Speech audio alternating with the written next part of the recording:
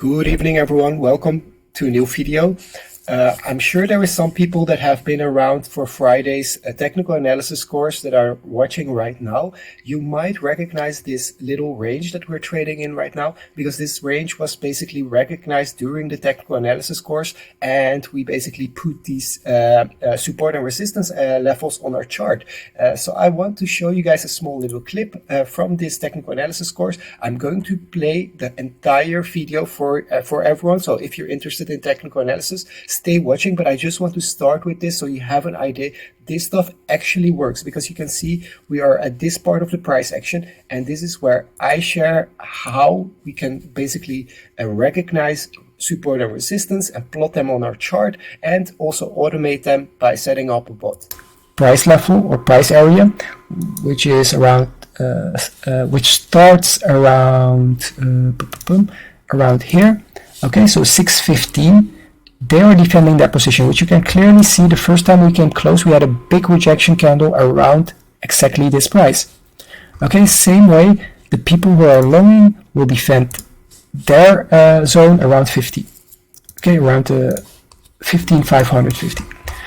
And in the middle. All right, so yeah, if you're interested to learn how we're doing these things, the first technical analysis course will be online right now. After I basically do the introduction, you'll be able to watch the entire course entirely free. If you're interested in more courses or using our trading software, you'll have to use the link in the description and join our Discord.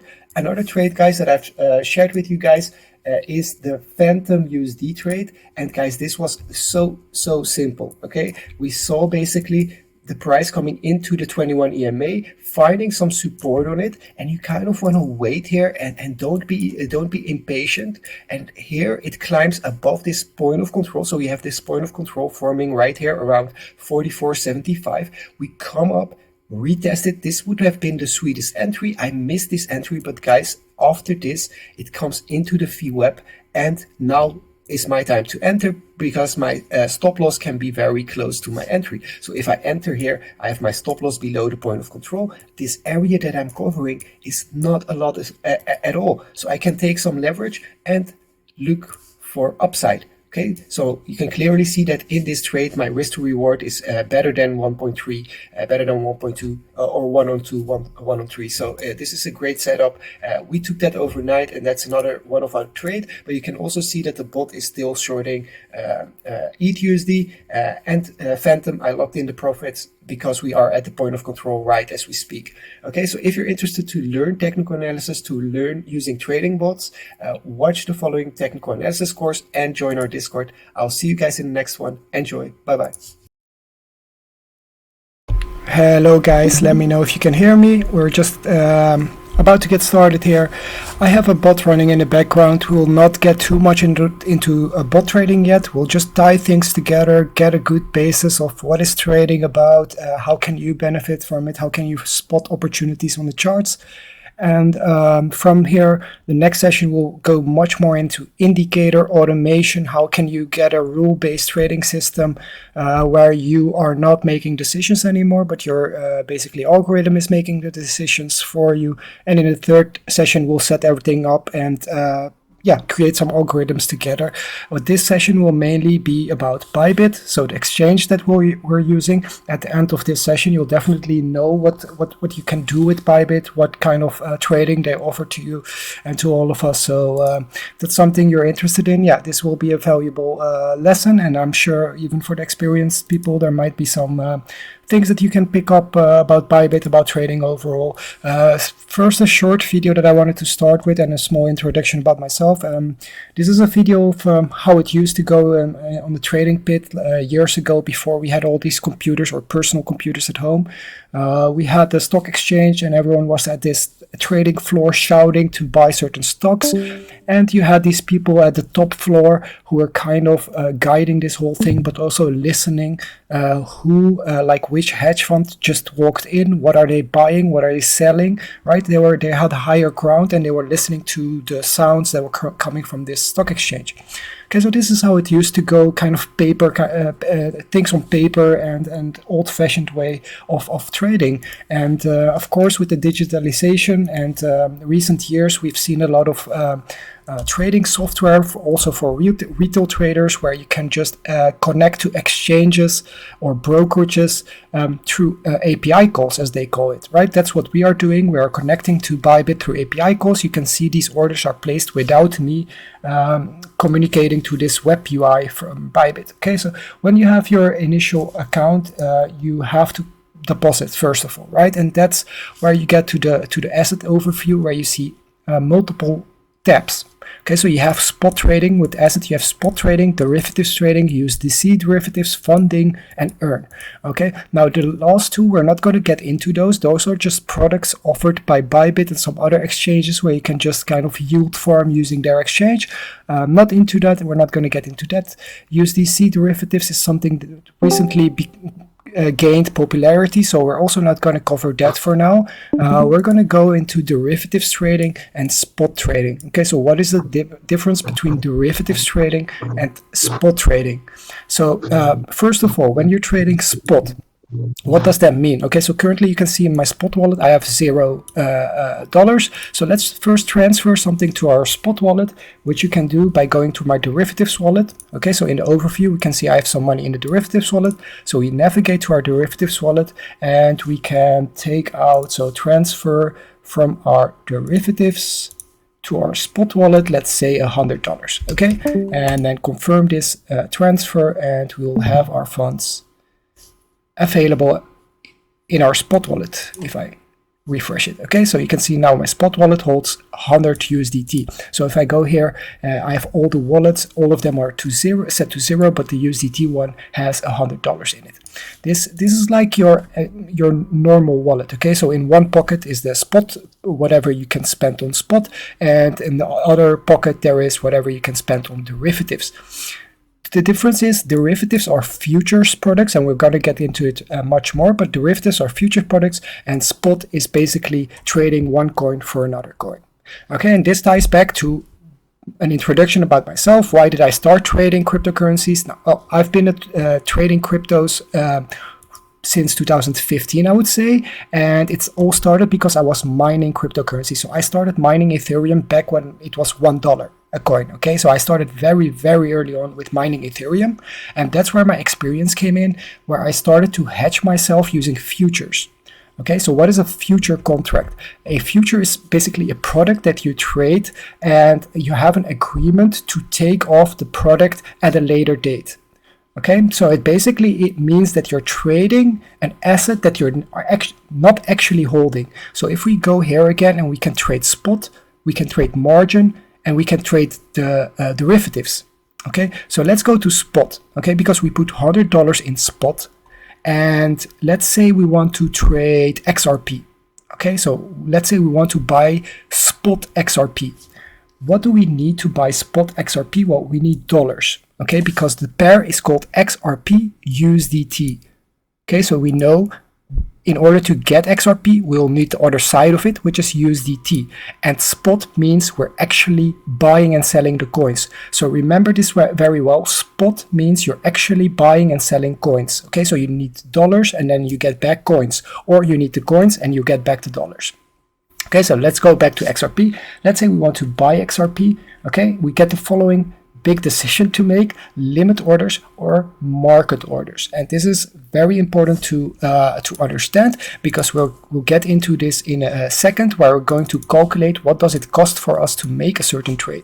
Okay, a lot of people don't think about this, that there is a cost associated to trading, and this also makes up for the decision whether you're taking certain entries or you're not taking them, because the cost might just be too high. Okay, so back to our spot trading. We wanted to buy some XRP, and we had the choice of limit orders or market orders. And we have this thing right here. This is what we call the order book. Okay, this is where everyone puts their orders. It's basically putting your hands up in the footage that I showed you guys of the pit trading floor, right? You're basically putting your hands off like okay, I want to buy XRP at 4102.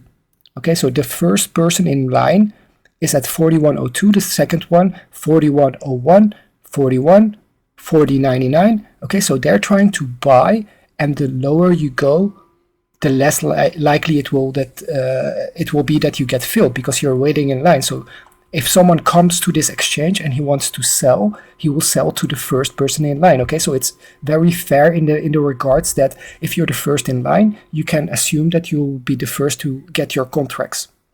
Okay, unless someone just front runs you and basically buys up whatever these people are selling. So in the order book, we have a buying side, which is the green side, with the top one being the first buyer at the highest price. Okay, so 4012 is the highest price that someone is buying currently. And at the bottom, we can see, or at the top row, the bottom one is the first seller at 103. Okay, so there is 1 point difference between the first buyer and seller. That is called the spread. So the spread is the difference between the first buyer and the first seller. Okay, now if you come on Bybit and you're urgent, so you just want to buy directly. Okay, so let's say we are urgent, we click market. Market means I want to buy directly from the first person selling it. And I say I want to buy $10 worth of Bitcoin. Okay, I click OK. I have to confirm that I want to buy it. Okay, now I bought, with the market order, I bought some Bitcoin. Okay, now I can go to my trade history and you can see the filled price is 4103. Why? Because that was the first person that was selling it. I cannot buy it at 4102 because someone is already waiting in line at that price. So if I want it at that price, I have to use a limit order. And I can say that my limit order is at 4102. Okay, so I'm going to wait with this person in line for our, let's say, 50 XRP. Okay, and this is a limit order. So I'm going to wait in line and I click buy. And now you can see a little dot next to the 4102, meaning that I'm also in this line waiting for my order to be filled. So as soon as someone comes on the exchange and he wants to sell at 4102, meaning he wants to sell urgently and he does not want to wait in line, he will sell it to us. Now what we can see is that 4103 is getting empty. Okay, someone is spooking some 3 million Doge here, but there's only 90 real Doge for sale. And there we go, it's eaten up. Now 4104 is the first person selling, 4103 is the first person buying, meaning that we're now second in line. Now we get a decision, are we urgent? Do we really want to buy? If so, we want to shift our order up. Okay, so that we could do that by just canceling our order basically. So canceling our order and then putting it at 4103 again for example, 50 XRP, buy, confirm, and there we go. We are first in line again. Okay, now if we want to sell, we need XRP to sell. Okay, so on spot, you cannot short. Shorting is something we only do on derivatives products. Okay, so on spot, you're actually buying and selling. Okay, there is nothing like short selling. And on derivatives, we can short sell. Okay, so let's move over to our inverse perpetuals. Okay, so there is USDT products, which we're not going to get into. This means that you have USDT and you can take positions with USDT. We're going to go into the inverse perpetuals, and let's start with the BTC USD pair. You can see that in this account, you will require Bitcoins. Okay, so you will require Bitcoins in your derivatives account, which we have, as you can see here. We can go back to our asset overview. We can see that in our derivatives account, we have some money. Then you have to see if it's Bitcoin that you have there. Well, we have some Bitcoin in our derivatives wallet. Okay, so we have some Bitcoin, we have some Ethereum, and we have some USDT. That means that we can trade all of the USDT pairs. We can trade the inverse Bitcoin and inverse Ethereum pair. Okay, so let's go to the inverse Ethereum pair here. As you can see, you require Ethereum in this wallet in order to trade. Why do you require that? Because this will be what we will be paying our profits and losses with. Okay, so now the bot is trading on the ETH USD pair. So let's just quickly go over to the BTC USD pair. So we have a little bit more of an overview, of a cleaner overview. Okay, so this is our BTC USD pair, and well, here you can do the same thing. You can buy with a limit or sell with limit. You can buy with market or sell with market, but you do not need to have that amount in order to take the position, which is what gets us to the leverage stuff. Okay, so this is trading can be very, very dangerous, right? You can lose a lot of money in one trade and you can make a lot of money in one trade, and that's all because of this function leverage. Okay, so now guys, you need to take notes and be aware that this is something you really need to understand. Otherwise your funds are definitely at risk when you're coming into derivatives trading, leverage trading, and all of that risky, those risky products. Okay, so we're going to take our time for this. The leverage stuff, the derivatives, we're going to get into that. First thing I want you guys to do is actually open up a TradingView chart, right? So as I already announced, it's very important that you guys have a TradingView account, because TradingView is what will help us plan our trades. Because if we just go and trade based on what we see here, the likelihood of us just taking random trades and getting liquidated left, right, and center is very, very big. Okay, so you need to know what am I looking at and what, based on what am I taking a trade. Okay, and for this we require a TradingView account. Okay, so here I have a TradingView account, and on TradingView you can look for a trading pair.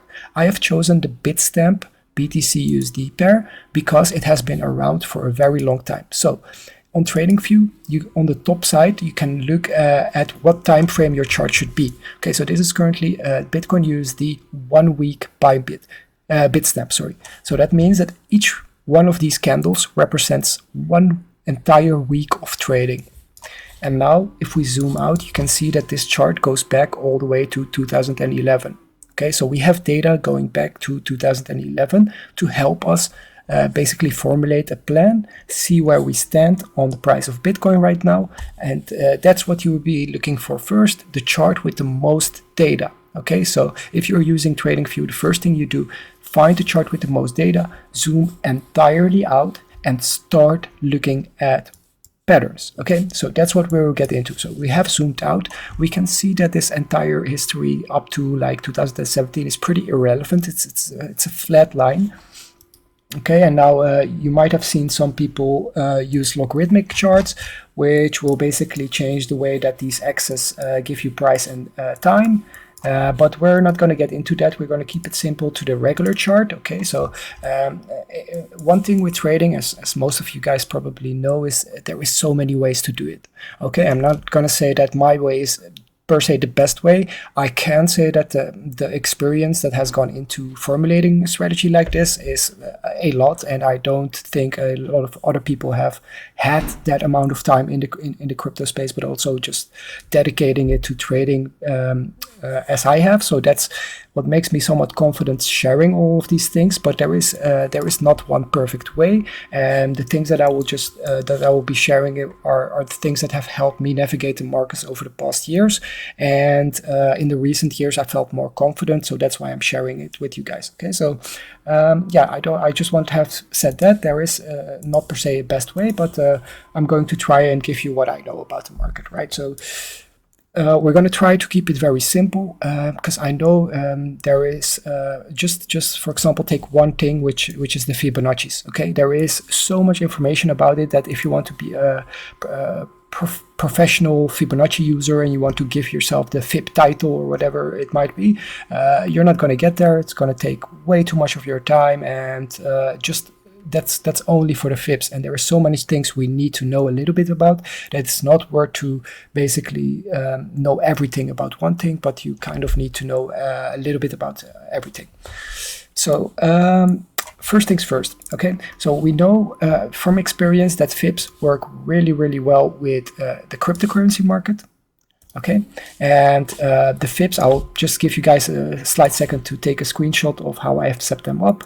So these are the Fib levels that I use, and I will style, there we go. So quick second, you can screenshot this and set them up the same. I don't like a background color, so that's something I have removed from the settings, just to have the straight values. Okay, and you can see we're hitting the 786 to the dot and getting a nice bounce. Now, alrighty, so we have some stupid silly lines here which do not tell anyone something, right? So none of the beginning traders would say, oh wow, you've helped me, I now know what the price will do in the coming weeks or months. Okay, that's just not the case.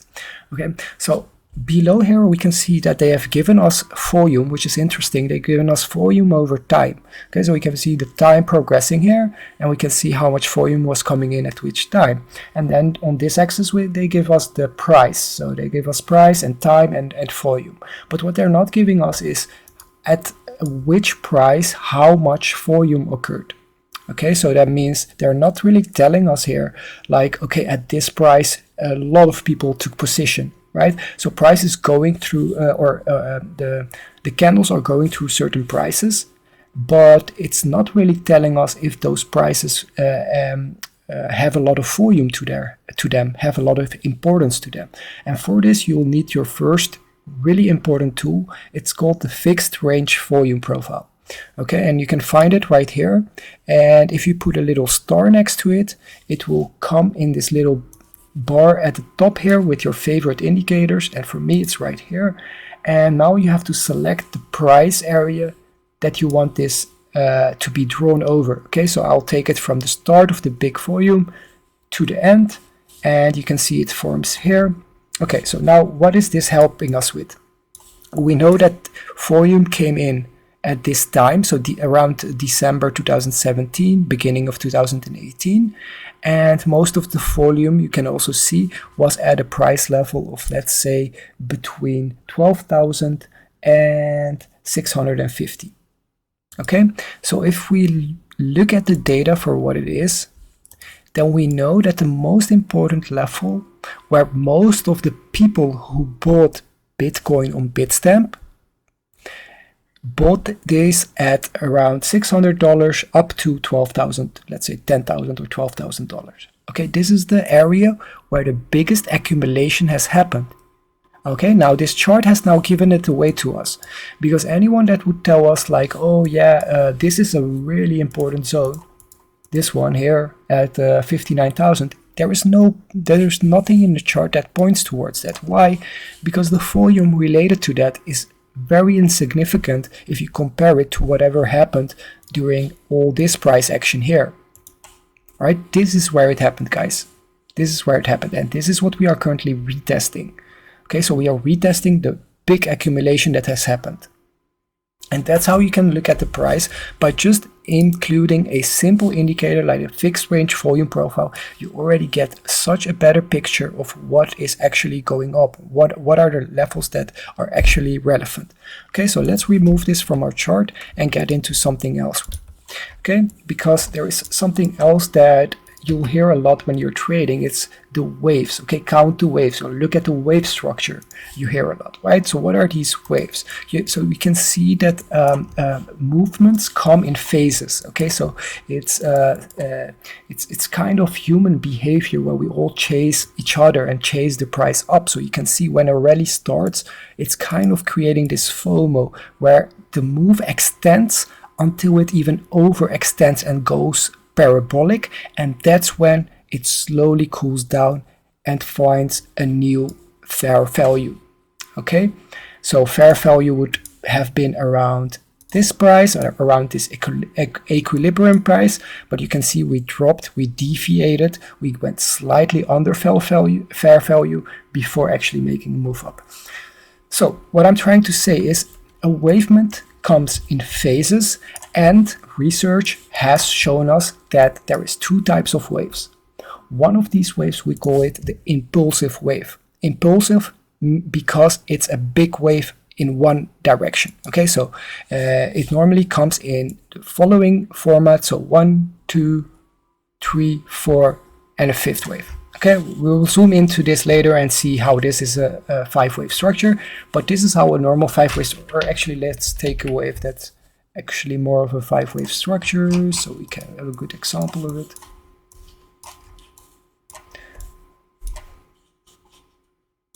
Okay, so if you take this from the low to the high here, you can count 5 waves here. Okay, so let's just take these 5 waves here.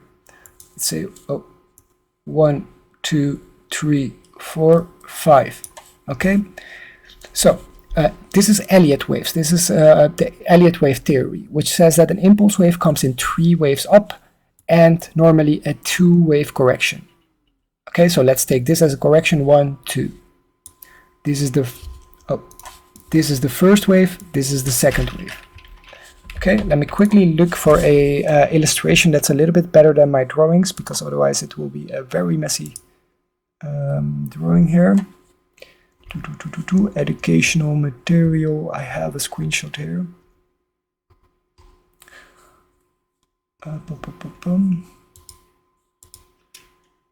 Okay.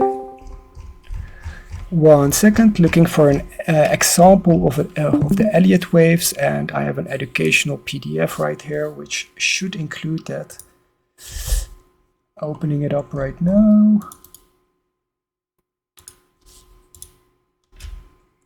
Okay, so just to make sure, guys, you all have added this fixed range volume profile. You know how to use it in a second. That's already a good thing. Let's go to harmonics trading.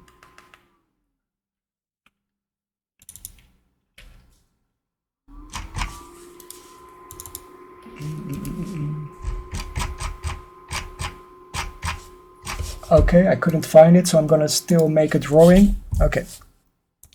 So we're going to use paint. So Elliott wave, guys, because we want to kind of have a way to figure out in which wave we are, and there is studies about this. How do waves form? How do they look like on years and years of data on the stock market? So it's pretty useful. I've been using it for years in the crypto market, so that's why I'm sharing it. We're only going to get into the basics. There will be tons of people that are like maximalists in terms of Elliott waves, and they're going to tell you this has to be different, that has to be different. Don't worry about this. We're going to use the most important aspects of Elliott waves here. Okay, so a wave up. Okay, so we're going to first focus on a wave up. A wave up, an impulse wave up, comes in 5 waves. Okay, there is one important rule. Wave number 3, this one right here. So this is wave 1. The one that's coming down is wave 2. This big one up is 3.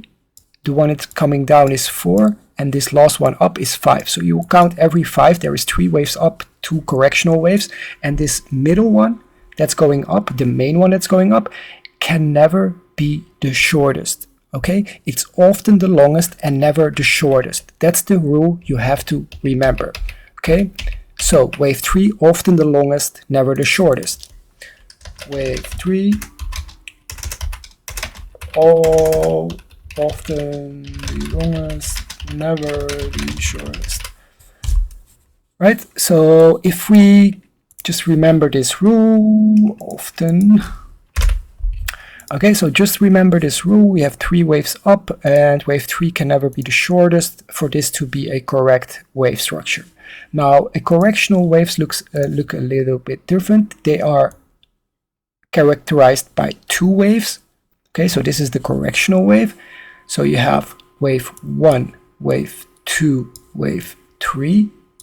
Okay, so 2 waves down, 2 correctional waves, and an impulse has 3 directional waves. And let's call it directional because the correction is down. So this has 1 and 3 down, and this has 1, 2, 3, and 5 up. Okay, so 5 waves up, 2 waves down. This is called an A, B, C, and this is called an impulse, a 5-wave impulse or 3-wave impulse. Okay, so back to the charts, because we have them on TradingView as well, so we can just select them. So this is the 5-wave impulse. Okay, so we can say 1, 2, 3, 4, and 5. Okay, and then we can find our ABC. It's 1, ABC. Okay. Now, this is just like something to the eye, right? This is just us looking visually at it and saying, okay, that might be the case. How do you actually make sure that your wave is correct? So let's look at this wave up. Okay, how would we know that this is an ABC? Because we can kind of already see from, or maybe it's my eye that spots these things, but we can already see that it's like 1, 2, 3, right? And you could maybe argue that it's 1, 2, 3, and then a small fifth one, so it's an impulse up. But to the eye, it looks like this is one move. It takes a breather, and it takes a second move. Okay, so you kind of want to close your eyes a little bit when you're looking at the charts, because you want to see them. Nothing is going to be pictured or textbook perfect, right? That's what I'm trying to say. So you want to kind of have an overall view of what is happening here. Okay, so we're going up here, but how are we going up? Is it one wave followed by another one and then it's done, or is it like 5 waves with an impulse? And I think this is an ABC. So this is one. So this is this one, A, B for a C wave. But now we have to confirm this. And how are we going to confirm this? So here we get our second tool that you really need to add to your basically strategy base or tools that you use for trading. It's called the trend-based FIB extension. Okay, so again, you want to search for this. I think it's over here.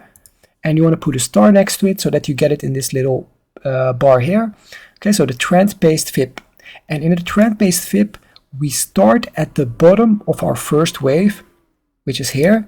We take it up, so we clicked once, and then we took it up to the top of our first wave, and then we bring it down to where the first wave ends. Right? And now it gives us our ratios. What are these ratios telling us? It's telling us that we measured this first wave from the bottom to the top, and based on the retracement, if this would go to this point right here, the 1, this would mean that this wave is just as long as this wave. Okay, so we have 2 waves that are just as big. So again, we took out our FIBs. We measured our first wave from the bottom to the top by clicking the FIB extensions. Then we brought it back to the bottom, and this gave us our FIB extensions. Now, for an ABC to be valid, the first wave should be either just as long, so 1 to 1, or in this particular zone. So an ABC always ends at the 1 to 1 or at the 1.272, 1.414 area. So if price ends here, we have an ABC, which is correct based on the FIB extensions, based on how ABCs form, but also if it ends at this zone right here, 63.3K, okay, this would also be a correct ABC correction. And from here you're looking down. Why? In crypto it's very hard to pinpoint what is the top or what is the bottom. Okay, so you need to have certain tool sets for that. Well, how did I find it here? Well, in this particular structure we have 5 waves going up. Okay, so we have our first wave, which is a pretty ugly one, but we have it there. Then we have our big breakout wave, we have our second correction, then we go for the final move. Okay, what did we say? Third wave can never be the shortest, but it doesn't always have to be the longest. It's often the longest. And in this fifth wave, which also makes sense to if you take a little bit of market psychology into account, this is a breakout. This is where we broke out of the 44K, 42K area with a lot of people still FOMOing in. So we have a fifth wave where the fifth wave is actually an overextended leg. Most probably, if I measure this out, this comes to the 2 FIB extensions. So the 2, and there you go, you get the 2 hit. Okay, so an overextended move doesn't stop in the liquidity zone, but moves towards the 2. Okay, so this wave was a little bit different, where the third wave wasn't the longest, but it's still a valid one. And what do we get after that? Well, we get an extra ABC correction to the upside. Okay, so 1, 2, 3. So you have an ABC to the upside, then followed by downside. Okay, so you could argue that this is a impulse correctional, but I would say that this is still an ABC here. So ABC, and we can measure this out by taking the top FIB extension to the low, back up to the high, and you can clearly see that the candle bodies are, most of them, let's extend it a little bit more to the right here. Okay, so you can see that we kind of end this move around this 0.2 area. So if we highlight it, okay, so right? And over here you have a Wyckoff or accumulation pattern. Okay, so at the bottom you have a Wyckoff accumulation pattern with certain lows being taken out before you start your ABC correction up. Okay, so this is how you can basically use your Fibs, your Elliott waves, and make an argument that a certain move is finished, because this is also really important. In order to take a high probability trade, we need to know that certain waves are finished, I mean, we can look at the news for that. We can look at social media for that. Someone we follow, but guys, this is something I mean, the charts are something they cannot change afterwards, right? If a candle printed and it finished, so let's say a daily candle, each of these daily candles will go down in history. Okay, there will be no one who can kind of manipulate and say, no, this candle was red. No, it's green, and that's the price, right? And that's what you have to take into account. This chart is really important because this chart will go down in history. Each of the candle represents something happening, an event happening, and that's why the chart will give us most of the information. That's all we need. So now we have gone over some historical price action, and we're going to go a little bit more into what's happening right now. How can we actually trade what we're seeing right now? Okay, because this is all macro TA, and some of you guys might not even be interested in that, although it's very important. So this is the more recent price action, and how would I go about? Well, we can see in the recent price action that we have a big wave down, a little retracement, and another big wave down. Okay, so again, I kind of want to see from the last high to where we are right now, what are the waves looking like? Okay, is this still part of one and the same wave? Well, I would say so. I would kind of argue that that's the case, because we can see that price is coming down, makes one kind of retracement, but then comes down just as hard for the second time. Okay, and then we take out our Fib extension tools and we take it from the highs to the lows, back to the highs, and we can see we come short from this 1-to-1. So the 1-to-1 would have been around, let's say here, so 12K, and that's also the confluence, sorry, that I had on my chart, right? That's what I was looking for, 12K, and I have been pretty vocal about that, but we got a rally up.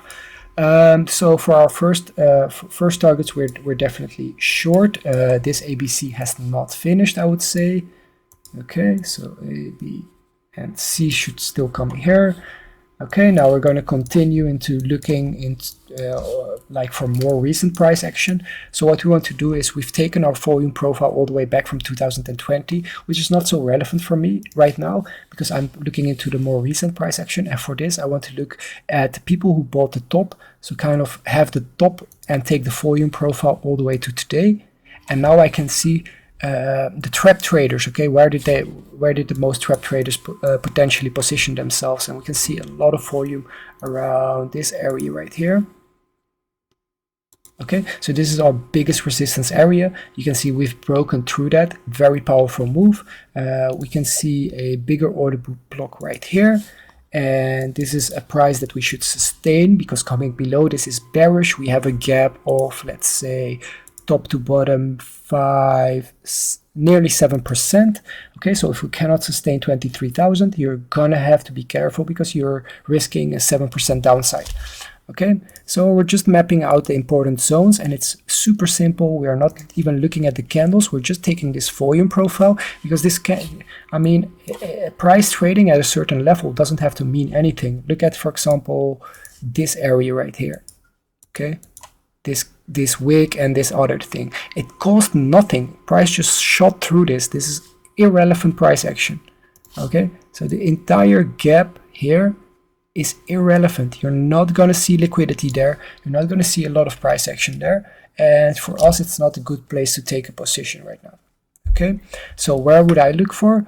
Well, I would look for where this bigger cluster starts. And why am I placing my line below it and not at the top of it or in the middle? Well, this is something that I would want everyone really to understand about trading. Okay, with trading, you're playing a zero-sum game, and the people that you're playing against have more data and more power and more funds than you have. Okay, it's simple and plain as that, because Bybit is one of them. The market makers that are trading on Bybit are also trying to take your money, and using this strategy will help you avoid a lot of losses. What we are doing is we're finding areas, price areas, where a lot of people have potentially taken a trade. Because what we believe in is that price moves to trap traders. And what does that mean? Basically, if you take a trade and your position is in a loss, you're unlikely as a retail trader to take that loss, right? You're just going to stick with your trade and hope for the best, basically. Okay, and by looking at this volume profile, we can easily detect where a lot of people have actually taken a position. And these levels are important, because if we break those, because for example here, a lot of people we know have taken along about around 20k, 19k. Okay, that a lot of traders that have done that, and also around 16.8k. Okay, so both of the people that have taken positions in these two volume clusters, they are now in profits. Okay, so most of the market actually is now in profit, we can say, because if we compare these two volume clusters to what happened here, a lot of volume happened here and price is shooting up, right? So as soon as we clear this 23k, it's actually a clear road until 29k, which is about 22%. Right? Because what would be the reason for someone to actually stop price within this zone? There is these traders who have shorted around 30k. They are not in danger yet. Okay, they don't really have a reason to start shorting or adding to their short at 23k with the risk of their average entry coming down. Okay, so the only time that we can expect short sellers to step in is when we get closer to this 30k level. That's when the people who shorted 30k will start defending their position. Because what if we just shoot through it? Okay, so let's say these people took a short from 30k, they've been taking some profit, but they're still in their shorts, and price comes here, crosses through it, and comes here. Well, they have to get out, right? They have to get out. If they don't get out, they will be forced out later at higher prices. Okay, so their last place where they can kind of defend their position, their short position, is when we're reaching their average entries. Okay, so at the bottom of it, they will start defending it. If we start getting accepted in here, we can kind of expect already that they have given up on their shorts and they might flip long, which will create a next leg up to the next volume profile, which, as you can see, starts getting a little bit bigger around this area. So it would be around 38k. No need to look at the candles. Only look at the volume profile, because that's the actual volume that has taken place. Right? And of course, you can combine certain things, but I think this will give you a very, very good basis to trade off of. Okay, so what did we have when we were creating this low here? We had a point of control, so we knew that most of the traders had bought these lows. Okay, so when you're going up from these lows, let's say you are somewhere here in this movement, you can stop loss here and take your entry and look for higher. Why? Because this is a very important zone. If we come below it, you're going to get out. If we stay above it, this will be your basically support or entry zone. Okay, so yeah, I will take a drink, and if there's any questions, feel free to ask.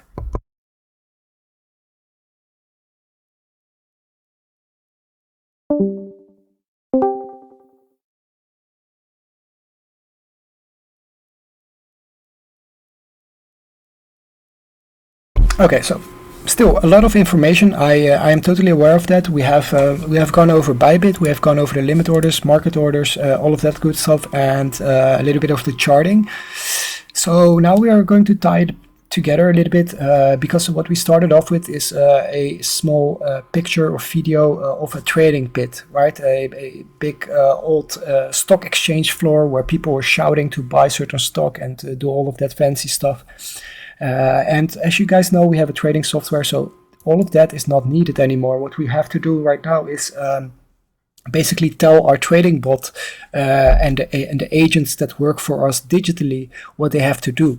Okay, so that's something that I have been doing in, for example, this bot right here. I basically told them like dollar cost average short. Okay, so every movement that's going up, the bot is basically dollar cost averaging short, and you can see the green lines are take profits. Okay, so this is the same chart as the Ethereum USD chart, and all of these dotted lines that you can see are orders. So that's basically me waiting in the order book, and I'm trying to sell $25 worth of Ethereum at this price, $50 worth of Ethereum at this price, and for example $75 at 650. Okay, so if I go to my active orders, I can see all of my orders right here with their price. And okay, so that's basically the orders that I have right now active in order book. So what you can compare that with is the video that I showed you guys with all the people on the stock exchange raising their hand trying to buy or sell a stock. Okay, so the bot takes in indicator values, it takes in the price value, and then makes the decisions for you, trades and executes the trades for you. Okay, so these days it's so much easier than what it used to be.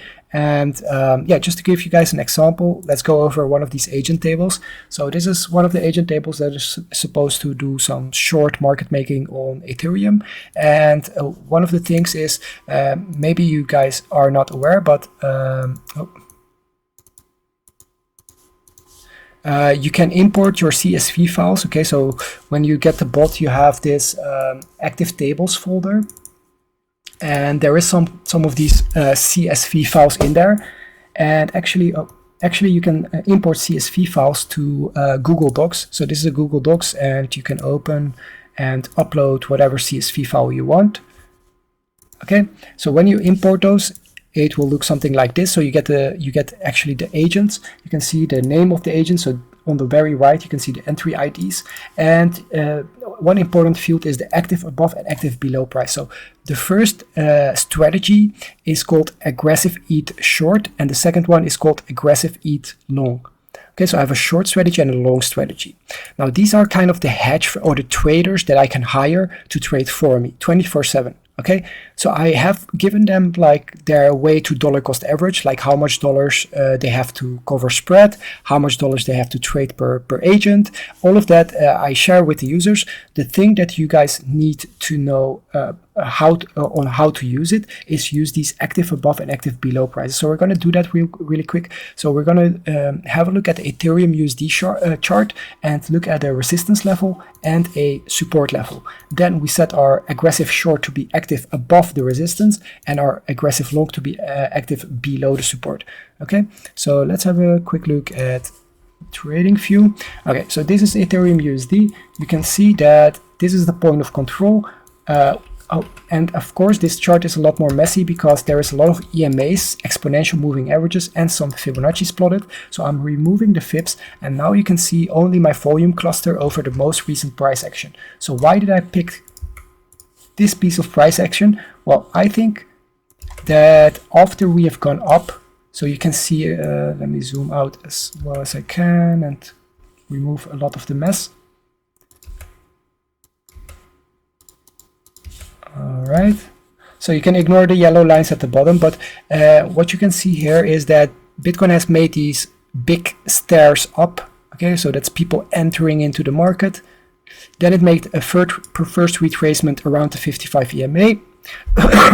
Sorry. And then we basically broke out again. From this second breakout, I want to know what happened from the very top to where we are right now. Okay, so I'm only looking for the most relevant session. Okay, what is the most relevant session? Take it from the highs to the lows or from the lows to the highs. And this is what gives me the most important volume profile. Okay, and then just to basically confirm this and have all of the data available to us, we take it from the very start to the start of the impulse move, and we have our point of control at the low of the range. Okay, so we have now two point of controls forming. One of them is telling us that a lot of volume has taken place around here. Another one is telling us that a lot of volume has taken place around here. Okay, so we're kind of in this small range. Okay, now, like I showed you before, the people that have shorted in this price level or price area, which is around which starts around around here. Okay, so 615. They are defending their position, which you can clearly see. The first time we came close, we had a big rejection candle around exactly this price. Okay, same way, the people who are longing will defend their zone around 50. Okay, around 15,550. And in the middle, we can see that we have the EMAs. Okay, kind of curling together, narrowing, because a breakout is coming, but we could stay in this range for a little while. So this is pretty good actually for us, because what we're going to do is we're going to buy the low range and short the top range. So let's just take the middle of the entire range. So we take it, let's say, from here to here, and the middle is around 1593. Okay, so I'm going to short above 1593. I'm going to long below 1593. Super simple. That's what I'm going with, and I think that will work fine as an example. So this is active below 1593. Okay, and I use the active below because this is the log table, and all I have to do is copy this value to all of the parents. So the parents are the ones without a dot extension. Okay, so I have 8 parents here, and that's it. Okay, so aggressive long, because they do not have a dot extension, we call them parents. These are the first agents to enter, and they have received their entry price. And then the aggressive short, which will be active above 1593. So it just pays the same value for the first 8 parents, same thing. Okay, and that's it. Now I have my 2 strategies ready. I download them as CSVs.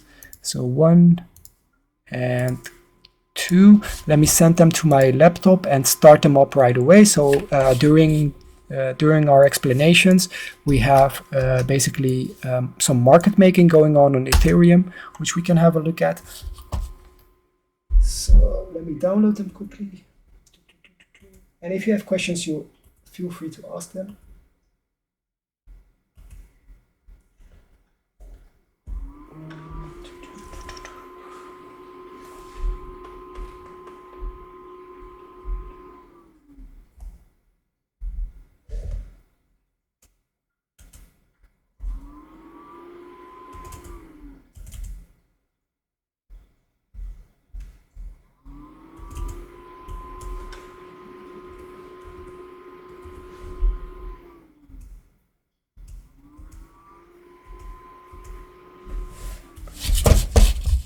Okay, so I already had some table running a short, and I just stopped that one. Now I'm setting up the active above and below levels, which we just did, so it should be a lot better.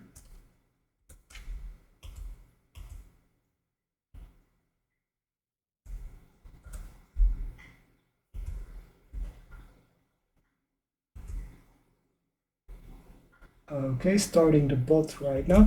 Okay, so the bot is being started, and I'm leaving this 115 contracts open, so it has to kind of deal with that and manage it as we go.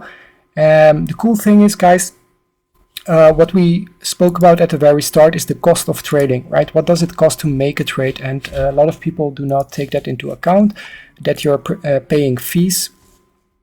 Now, with our bybit affiliate link, we are paying basically 0% maker fees, but in most examples, you're actually paying pretty high maker fees as well. So yeah, let's just take an example. Let's say you're taking a 50,000 contract position and you're paying 0.0007. That means that you're paying $37.5 just to take this trade, right? But you also have to get out of the trade. So actually you have to multiply this by 2. Okay, so you're paying over $70, $75 just to take an entry or the trade on its own. All right, this is approximately 2 Bitcoin. So you would need Bitcoin to move at least 35 bucks. All right, so every time you take a trade, guys, you have to measure out if the move that you're looking for is big enough to make any gains, if you're not using the bybit software, right? So let me quickly start this up, because if you're using the bot,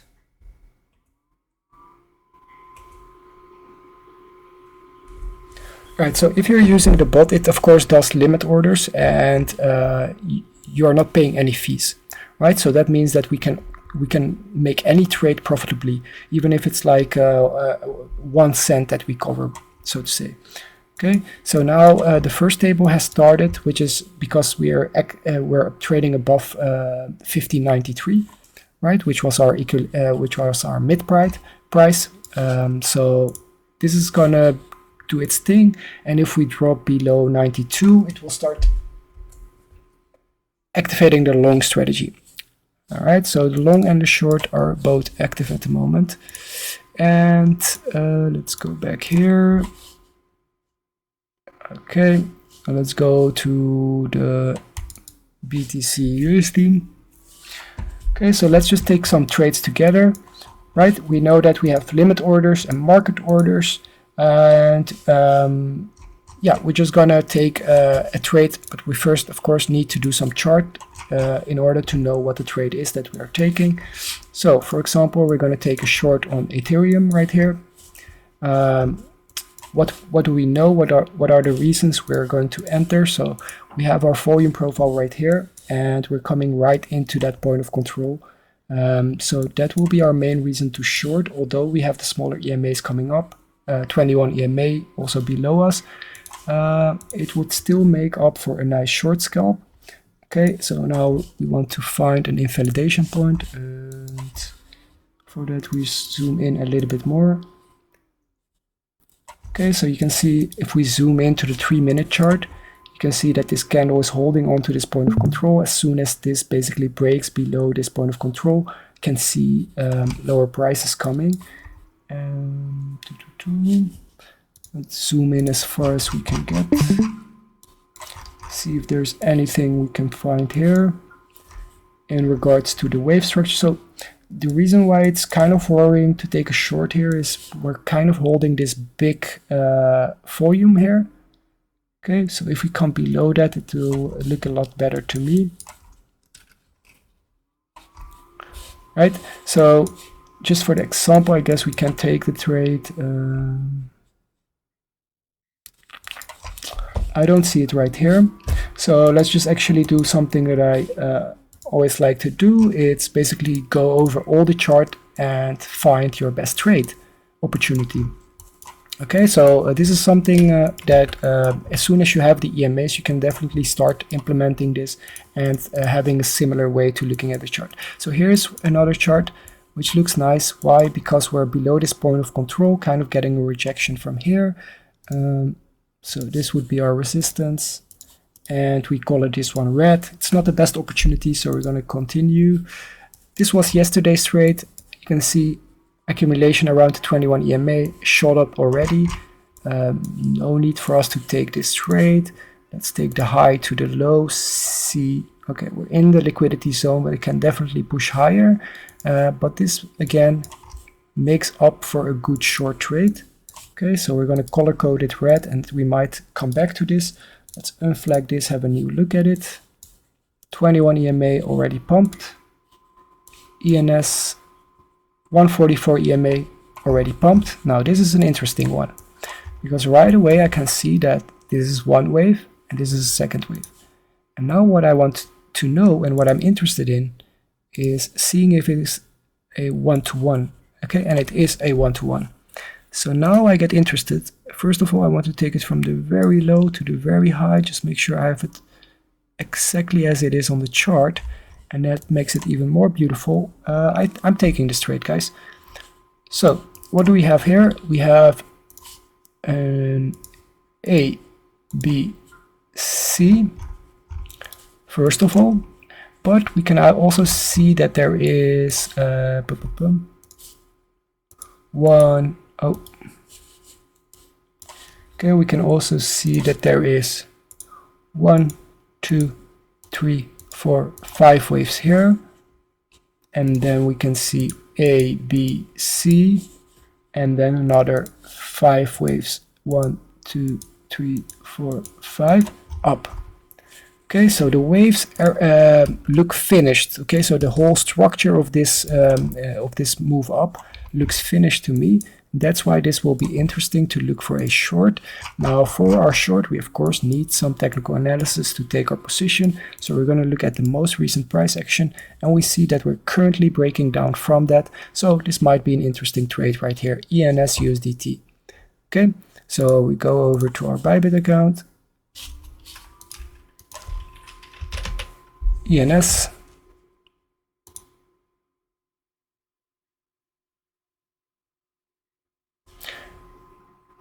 Okay, here is a little tool that you can use to calculate your positions. Okay, I don't use it enough, but let's do it because it's best practice. So we're going to quickly have a look at our setup and calculate what our potential profits will be.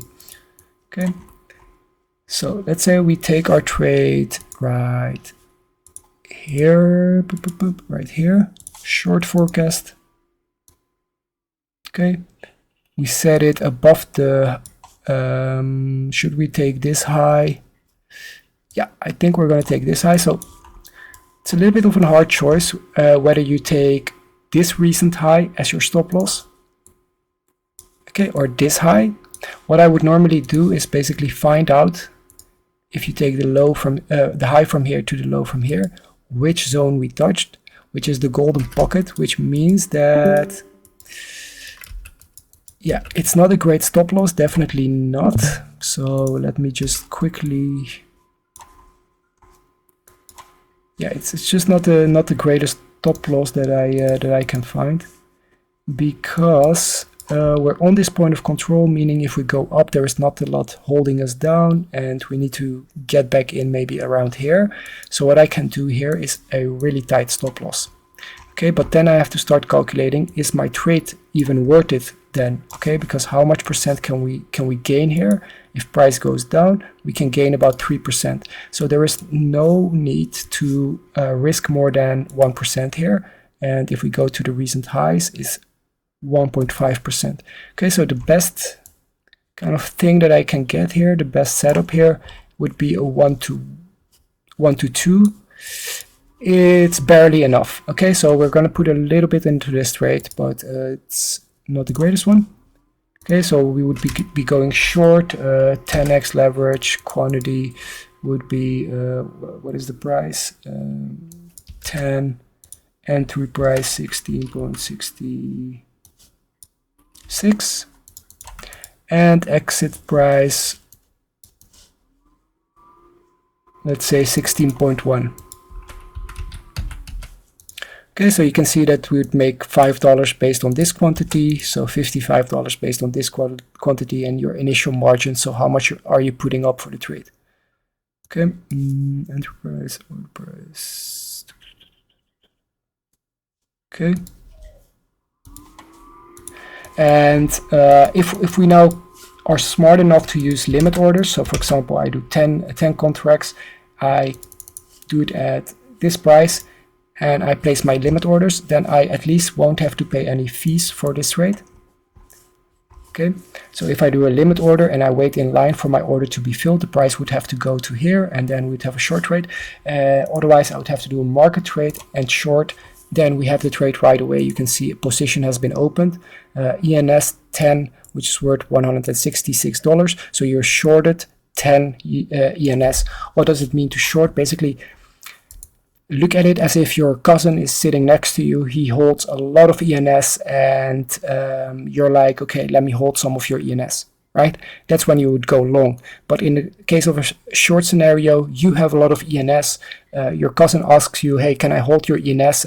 If the price goes up or down, I'll pay you the difference. That's fine. You give him your 10 ENS, and now you're basically locked in at that price. If the price goes lower, your cousin will have to pay you more, kind of thing, right?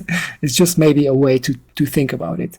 But in actuality, or in fact, you can kind of trade both sides. Okay, so as soon as we go into derivatives trading, you can basically it's like making a bet. You basically bet for the price to go down, or you bet for the price to go up, and to your bet you have a like multiplier factor. Okay, so if you have only $100, they borrow you more funds to take your position, but you can only lose whatever you have, of course, right? So leverage is basically a mechanism that will allow you to take bigger exposure. So you take a bigger trade. And why would you want to do that? Well, sometimes we get a trade which, for example, in this scenario, can only yield like a couple percent, like 3% to the downside. And let's say we want to only cover our stop loss to here, 0.6. So we're only covering 0.6%. Let's even make it smaller, 0.3%. Let's say we have a really tight stop loss and a big potential for return. If we go to our calculator, we have a calculator right here, cost of trading, and we go to this one. So we want to risk, let's say, $800 on a price of $16.06. Oh, 16.6 cents, and invalidation price is 16.55. Okay, so if we have 800 euros and the price of an asset is $16.06 and our stop loss is only 5 cents below that, so at $16.55, and we're willing to lose our entire $800 on this 5-cent move, we will require some leverage, because let's say the trade size we need to go with is 265,600 contracts. This means that if I want to risk my $800 over such a small move, which is 5 cents, I will need to take a position of 265,600 contracts. And for me to take this big of a position size, I will probably require leverage, depending on how much I have on my account. Okay, so if I only have 26 or 27,000, I can use 10x leverage to get this trading size. That doesn't mean that I can, because I use leverage, I'm going to lose or make more money. No, because I'm still going to lose potentially $800. That's all I can. That's all that is at risk. But I just required leverage to take this risk over such an concentrated price level. Okay, so because the invalidation was that small. Yeah, please, if you have questions, feel free to ask, because this is something important to understand, that these are reasons why one would use leverage. I would advise everyone also to only put on their account what they are willing to trade with for the day. Okay, so if you would never imagine losing more than $500 or 500 euros in a day, please do not put that on your account, because you will have so much leverage to your availability that it could at some point go wrong, okay, and you just don't want to take that risk. So instead of potentially taking that risk, why not just deposit whatever you are willing to trade with, right? So yeah, I'm just gonna quickly have a look if there's anything important that I missed over, and otherwise you guys are free to ask any questions.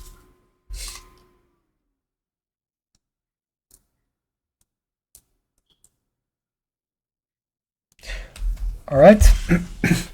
So guys, to tie it all back together, right? Let's say you were a little bit older and the digitalization wasn't where it was today. You would be trading at the stock, at the pit of the stock exchange, right? Where everyone was shouting to try and buy certain stocks, and you'd be between a crowd of people shouting and all of the chaos. Now, in the recent years, and this is pretty new, all of this is pretty new, we can trade using API keys. No need to go to an actual stock exchange to buy stocks. No need to actually move anywhere. You can do it from your computer, and you can automate your strategy. Okay, so basically, where someone 50 or 100 years ago would have to hire hundreds of traders in order to start a hedge fund, today you have that hedge fund at your fingertips. All you'll need is basically set up your agents. Okay, so for example, let's have a look at our ETUSD trading.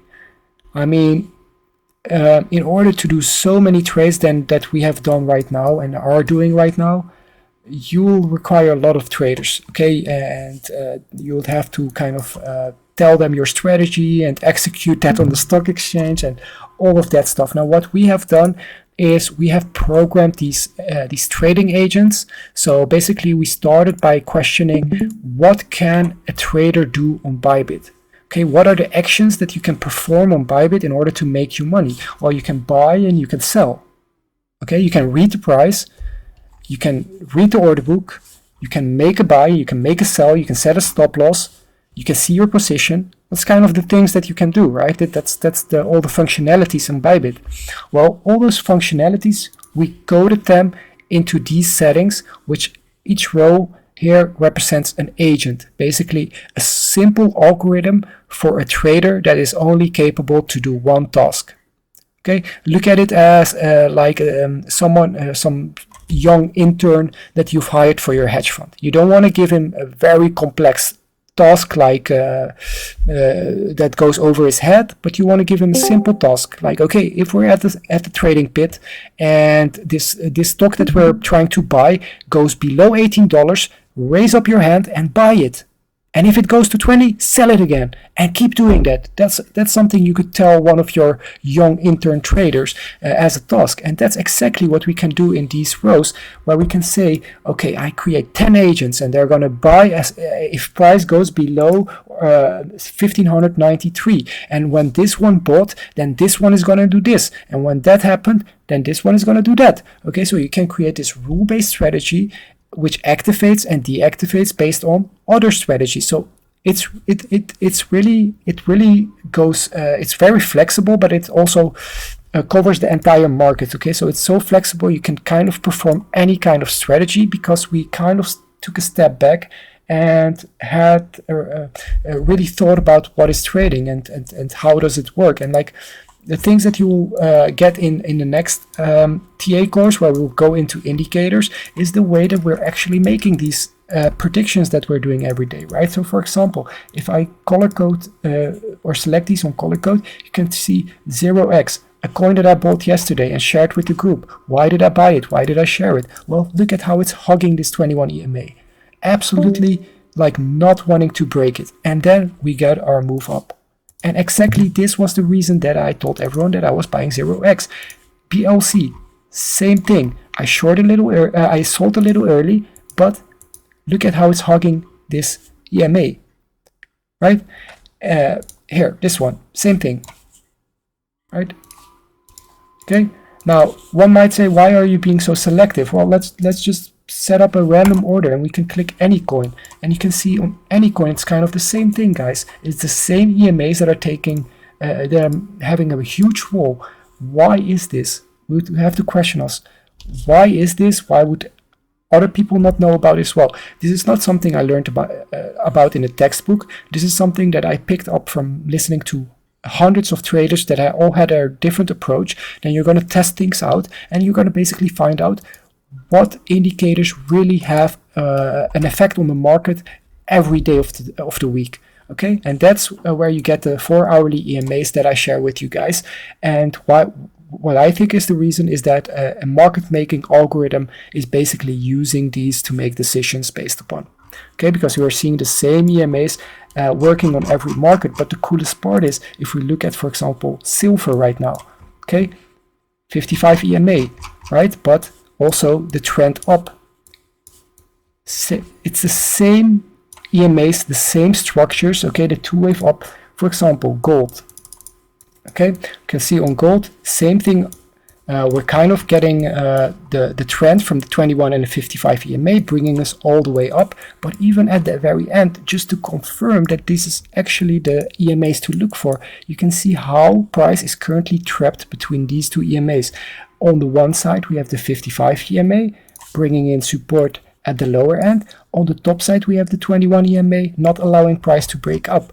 Okay, and that after such a clear trend from these EMAs. Okay, another thing that I showed you guys already is Nvidia. How were we able to call the very low on Nvidia? Well, it's just by using volume profile.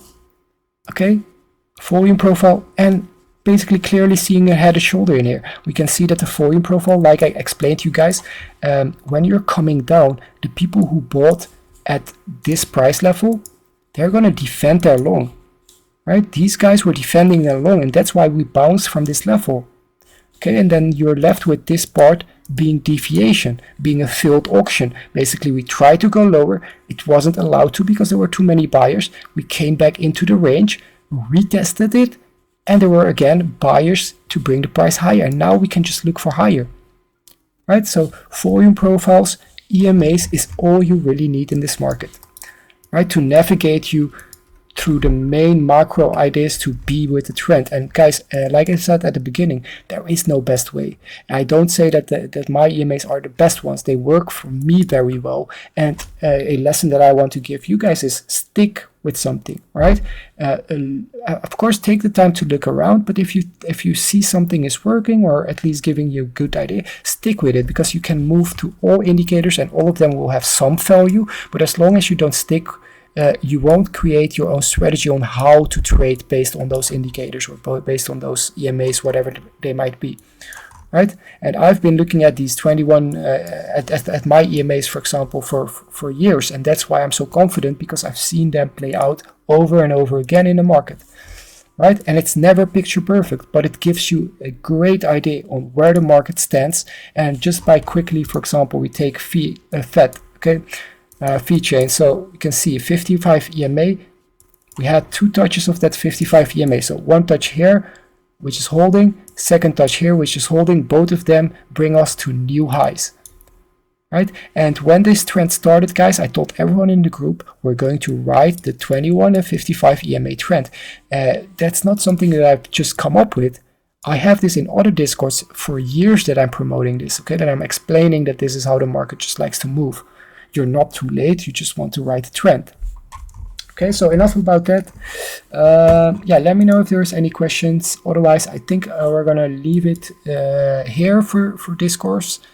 And then in the next one, we'll go into the indicators and more of the algorithmic trading. I can stay online, trade a little bit longer. I mean, this position is going against us, so I think I'll keep it online just to show you guys how this will end up.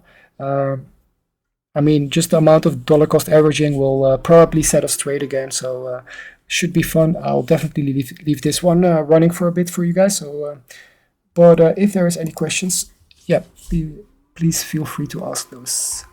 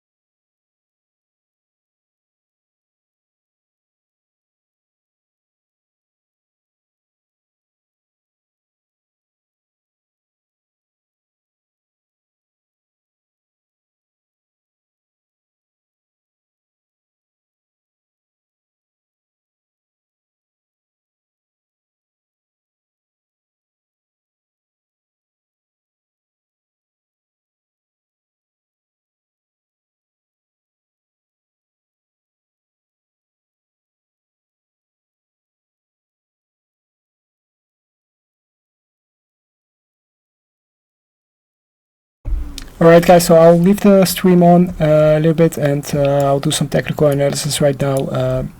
Yeah, if you have questions, you're free to ask those, and thank you guys for being here. Bye-bye.